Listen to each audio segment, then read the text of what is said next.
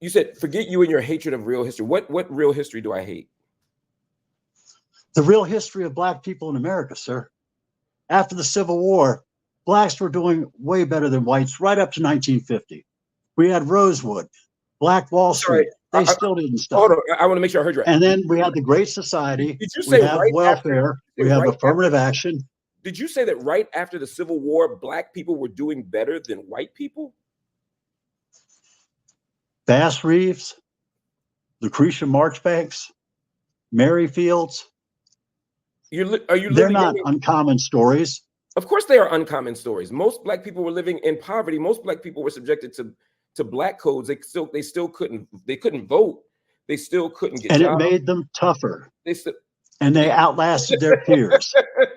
Wait a minute. Just so I'm clear, you're saying that living in abject poverty, being lynched, not being allowed to vote, not being allowed to go to school, you're saying that makes you strong. Even if I accepted that as a ridiculous and insulting claim as it is, even if I accepted that, how does that serve as evidence that they were doing better than white people? Are you trying to say that the vast majority of Blacks, again, who couldn't vote, who couldn't eat in public, who couldn't access public accommodations, who couldn't go to school, who were getting lynched, you're saying that despite those facts, they were doing better than white people? Or would you just concede that you overstated that point? Probably overstated in the context, Doctor. Okay, so but my point is that after the Civil War, Black people in America made amazing achievements for all the wrongs that were done, for all the things that happened.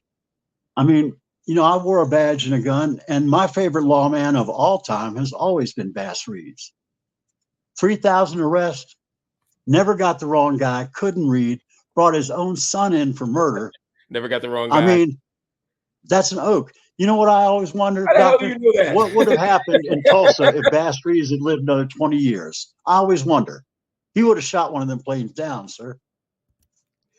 They were heroes. Mary Fields.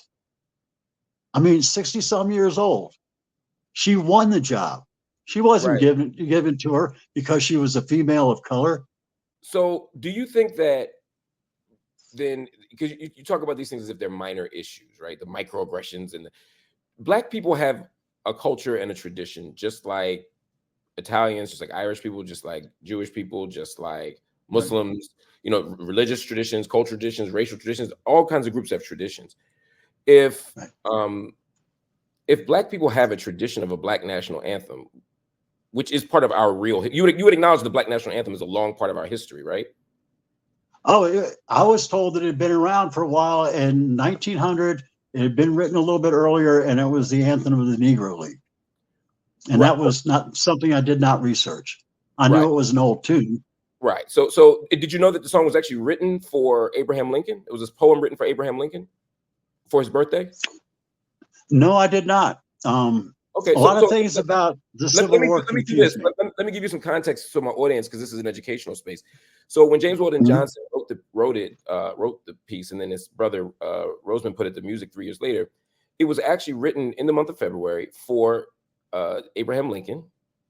Of course, that's the same month that Frederick Douglass had his birthday. You have the 12th and the 14th. And it was it was a love for Lincoln.